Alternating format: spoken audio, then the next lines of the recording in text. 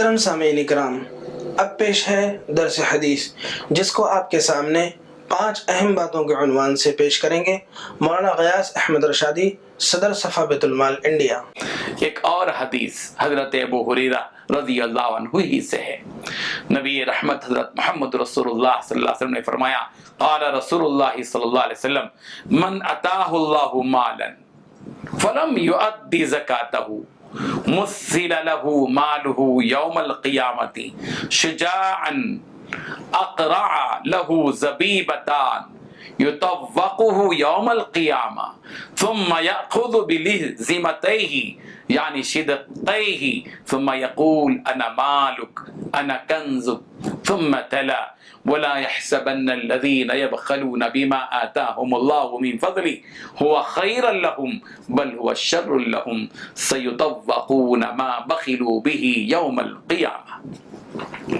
حضرت ابو ہریرہ رضی اللہ عنہ فرماتے ہیں، اللہ کے رسول صلی اللہ علیہ وسلم نے ارشاد فرمایا، جس شخص کو اللہ تبارک و تعالی نے مال و زر عطا فرمایا اور اس نے اس کی زکوٰۃ ادا نہیں کی، تو قیامت کے دن اس کا مال اور زر، اس کا سونا، اس کا وہ مال جس کی زکوٰۃ ادا نہیں کی، گنجے سانپ کی شکل میں تبدیل کر دیا جائے گا۔ اللہ اکبر! سانپ اور گنجے سانپ کی، جس کی آنکھوں پر 2 سیاہ نقطے ہوں گے، بڑا ہی خطرناک سانپ ہوگا۔ اور وہ خطرناک سانپ جس کے گلے میں 2 کالے نقطے ہوں گے اور گنجا ہوگا وہ سانپ، وہ سانپ اس آدمی کے گلے میں لپٹ جائے گا، اس کو توق ڈالا جائے گا، وہ سانپ اس کے لیے توق کی شکل اختیار کر لپٹ لے گا۔ اللہ اکبر!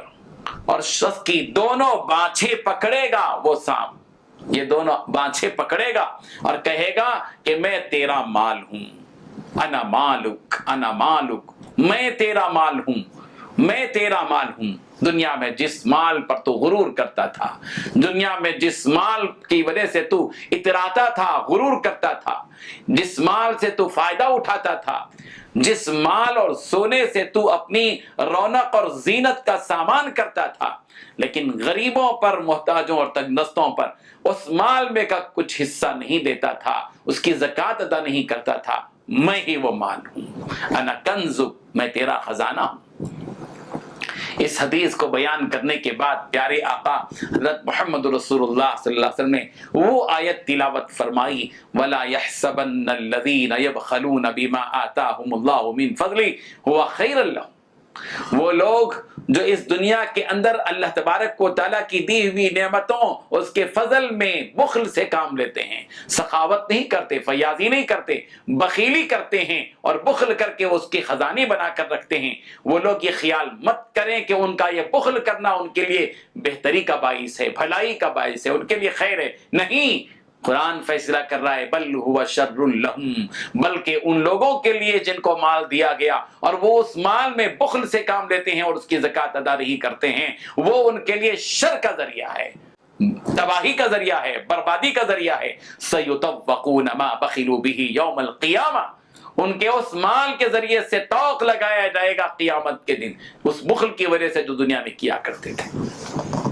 ناظرین کرام، آپ ان حقائق کو سمجھتے ہوئے آگے بڑھ رہے ہیں کہ زکوٰۃ ادا کرنے کے سلسلے میں کتنی بھیانک تنبیہ کی گئی ہے، کیسے وعید بیان کی ہے اللہ پیارے آقا حضرت محمد رسول اللہ صلی اللہ علیہ وسلم نے۔ قرآن مجید بھی وعید بیان کرتا ہے اور نبی رحمت صلی اللہ علیہ وسلم بھی وعید بیان کرتے ہیں۔ آج ہم مست ہیں، دنیا میں دولت میں مست ہیں، دنیا کی زیب و زینت میں مست ہیں، زکوٰۃ، اس کی زکوٰۃ ادا کرنے کی طرف کوئی رغبت ہمارے دلوں میں نہیں۔ اور آج کوئی آدمی زکوٰۃ کے لیے عامل بن کر، سفیر بن کر آتا ہے تو ہم اس کو جھڑکتے ہیں، دھمکی دیتے ہیں اور جھڑکتے ہیں، اس کی تحقیر کرتے ہیں، اس کو کمتر سمجھتے ہیں، اس کو برا سمجھتے ہیں، اس کو پر لعنتان کرتے ہیں، جبکہ پیارے آقا حضرت محمد رسول اللہ صلی اللہ علیہ وسلم نے اس سلسلے میں بھی ہمیں رہبری فرمائی ہے۔ عن جریر ابن عبداللہ قال رسول اللہ صلی اللہ علیہ وسلم اذا اتاکم المصدق فلیصدر عنکم وهو عنکم راض، کہ فرمایا نبی کریم صلی اللہ علیہ وسلم نے جب امام وقت کی طرف سے زکوٰۃ وصول کرنے والا جسے شریعت کی اصطلاح میں ساعی کہتے ہیں آئے تو وہ زکوٰۃ وصول کر کے تمہارے پاس سے اس حال میں واپس جائے کہ وہ تم سے راضی اور خوش ہو۔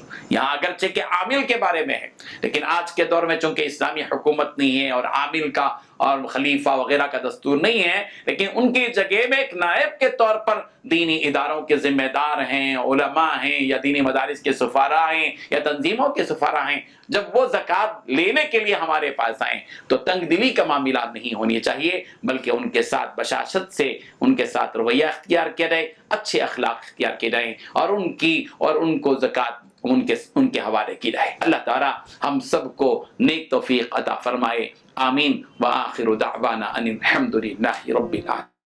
اللہ اکبر اللہ اکبر اللہ اکبر لا الہ الا اللہ اللہ اکبر اللہ اکبر وللہ الحمد۔ بسم اللہ الرحمن الرحیم۔ اگر آپ پر حج فرض ہے اور آپ نے اسے ادا کرنے کا ارادہ کر لیا ہے تو اللہ تعالیٰ کی اس نعمت عظمیٰ کی قدر کو محسوس کیجیے اور شکر ادا کیجیے۔ حج کے اعمال اور اس کا طریقہ سیکھنے میں مشغول ہو جائیے۔ حج پر جانے کے لیے اچھا رفیق سفر تلاش کیجیے جو حج کے مسائل جانتا ہو اور صالح بھی ہو، پھر پورے سفر میں اس کے مشوروں پر عمل کیجیے۔ روانگی سے قبل تمام چھوٹے بڑے گناہوں کی سچے دل سے توبہ و استغفار کیجیے اور آئندہ گناہوں سے اجتناب کا پختہ عزم کیجیے۔ جن بندوں کے حقوق آپ کے ذمہ ہو انہیں ادا کریں، سب سے معاملہ صاف کر لیں، معافی مانگ لیں۔ جن امور کی وصیت کرنی ہو تو وہ کریں یا وصیت نامہ لکھ دیجیے۔ سفر شروع کرنے سے پہلے نیت کا جائزہ لیجیے کہ نفس و شیطان نے ریا و دکھاوے یا کسی دنیاوی نفع کی نیت تو دل میں نہیں ڈال دی، صرف اور صرف اللہ کے حکم کی تعمیل، اس کی رضا اور آخرت کے ثواب کو مقصد بنائیے۔ مبارک ہو تم کو متاع سعادت، مبارک ہو تم کو۔ حج تمتع کے دو حصے ہوتے ہیں۔ نمبر 1 عمرہ جو کہ حج سے پہلے ادا کیا جاتا ہے۔ نمبر 2 حج۔ حج تمتع کا پہلا حصہ یعنی عمرے کا طریقہ۔ جو حضرات صرف عمرہ کر رہے ہوں وہ بھی اسی طرح عمرہ کریں۔ احرام کا طریقہ: جب روانگی کا وقت قریب ہو تو سر کے بال سنواریں، خط بنوائیں، ناخن تراشیں، مونچھیں کتریں، زیر ناف اور بغل کے بال صاف کریں۔ احرام پہننے سے پہلے غسل کریں یا وضو کر لیں۔ مست و سرشار رہنا ہو احرام میں، مست و سرشار رہنا غموں سے فراغت۔ غسل یا وضو کے بعد مرد ایک چادر باندھ لیں اور دوسری اوڑھ لیں۔ ہو تم کو متاع سعادت، مبارک ہو تم کو وہ حج و زیارت، مبارک ہو تم کو متاع سعادت، مبارک۔ جوتے وغیرہ اتار کر ہوائی چپل پہن لیں، جبکہ خواتین سلے ہوئے کپڑے بدستور پہنے رکھیں، البتہ چہرے پر کپڑا نہ لگنے دیں۔ جس کا آسان طریقہ یہ ہے کہ ایسی ٹوپی پہن لیں جس پر چھجا لگا ہو، اس چھجے سے نقاب گرا لیں۔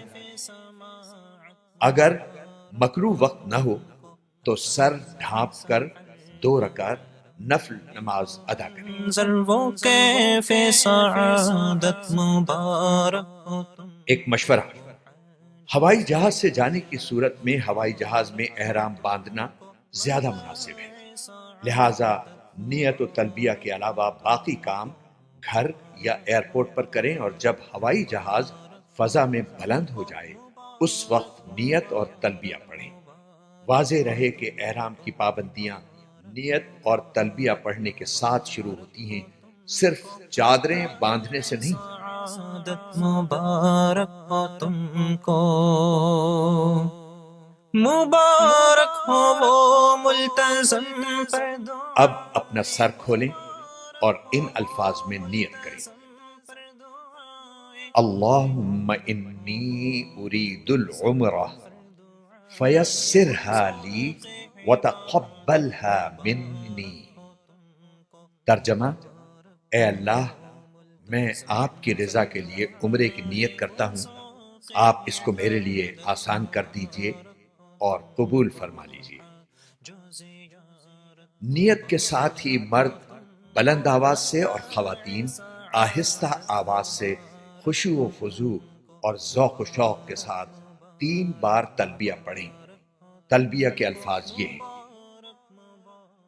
لبیک اللہم لبیک، لبیک لا شریک لک لبیک، ان الحمد والنعمت لک والملک لا شریک لک۔ ترجمہ: میں حاضر ہوں اے اللہ تیرے حضور میں حاضر ہوں، تیرا کوئی شریک نہیں، میں حاضر ہوں، ساری تعریفیں اور سب نعمتیں اور ملک و بادشاہت تیری ہی ہے، تیرا کوئی شریک نہیں۔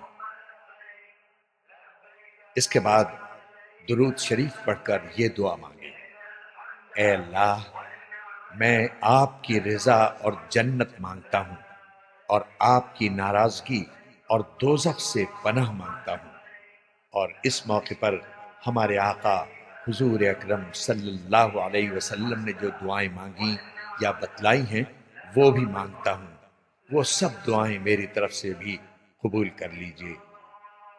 احرام کی پابندیاں۔ نیت اور تلبیہ پڑھتے ہی احرام کی پابندیاں شروع ہو جائیں گی۔ اب آپ سلا ہوا کپڑا نہیں پہن سکتے، ایسا جوتا نہیں پہن سکتے جو آپ کے پاؤں کی پشت پر ابھری ہوئی ہڈی کو ڈھانپنے والا ہو۔ صابن سے ہاتھ منہ نہیں دھو سکتے،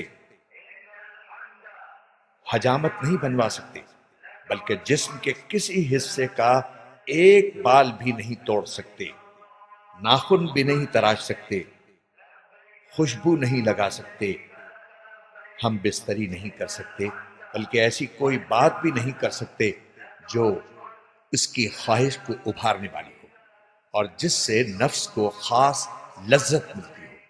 کسی جانور کا شکار نہیں کر سکتے، حتیٰ کہ اپنے بالوں یا کپڑوں پر چلنے والی جوؤں کو بھی نہیں مار سکتے۔ مبارک سفر کا آغاز۔ جب حرم شریف کی طرف یہ مبارک سفر شروع ہو جائے تو دوران سفر بکثرت تلبیہ پڑھتے رہیں، اور جب حرم شریف کی حدود شروع ہو تو یوں دعا کیجیے: لبیک اللہم لبیک، لبیک لا شریک لک لبیک، ان الحمد والنعمت لک والملک لا شریک لک، لبیک اللہم لبیک، لبیک لا۔ ترجمہ: اے اللہ، یہ آپ کے حرم اور امن کی جگہ ہے، بس جہنم کو مجھ پر حرام فرما دیجئے اور اس دن کے عذاب سے ہمیں مامون فرمائیے جس دن آپ اپنے بندوں کو اٹھائیں گے، اور مجھے اپنے دوستوں اور اہل طاعت میں سے بنا لیجئے۔ حرم شریف میں حاضری۔ ذوق و شوق سے تلبیہ پڑھتے ہوئے مکہ معظمہ میں داخل ہوں۔ گاڑی آپ کو معلم کے مکان پر پہنچا دے گی جو آپ کی رہائش کے لیے معین کیا گیا ہوگا۔ بہتر ہے کہ آپ سامان اپنے رہائشی مکان میں محفوظ کریں، ضرورت ہو تو آرام کر لیں، اور آرام کے بعد وضو کی حالت میں مسجد حرام جائیں۔ مسجد حرام میں داخل ہوتے وقت یہ دعا پڑھیں: بسم اللہ والصلاة والسلام علی رسول اللہ۔ پھر پورے ادب کے ساتھ دایاں پاؤں اندر رکھیں اور یہ دعا کریں: رب اغفر لی ذنوبی وَافْتَحْ لِي أَبْوَابَ رَحْمَتِكَ۔ مسجد میں داخل ہوتے وقت نفلی اعتکاف کی نیت کر لینا مستحب ہے۔ دوسروں کو ایذا پہنچانے سے اجتناب کرتے ہوئے آگے بڑھیں۔ جب بیت اللہ پر نظر پڑے تو راستے سے ہٹ کر ایک طرف کھڑے ہوں اور یہ اعمال کریں۔ نمبر 1، اللہ اکبر 3 مرتبہ کہیں۔ نمبر 2، لا الہ الا اللہ 3 مرتبہ کہیں۔ نمبر 3، دونوں ہاتھ دعا کے لیے اٹھائیں اور درود شریف پڑھ کر خوب دعائیں مانگیں۔ یہ دعا کی قبولیت کا خاص وقت ہے۔ دعا سے فارغ ہو کر آپ طواف کی تیاری کر لیجئے۔ وضو نہ ہو تو وضو کر لیں۔ اضطباع، اور چادر کو دائیں بغل سے نکال کر بائیں کندھے پر ڈالیں۔ اس طرح دایاں کندھا کھلا رہنے دیں۔ اس طرح کرنے کو استباع کہتے ہیں۔ یہ حکم صرف مردوں کے لیے ہے۔ یاد رہے طواف باوضو ضروری ہے۔ وضو کے بغیر طواف صحیح نہ ہوگا۔ تلبیہ جو احرام سے شروع ہوا تھا وہ عمرے کا طواف شروع کرنے پر ختم ہو جاتا ہے۔ طواف کی نیت۔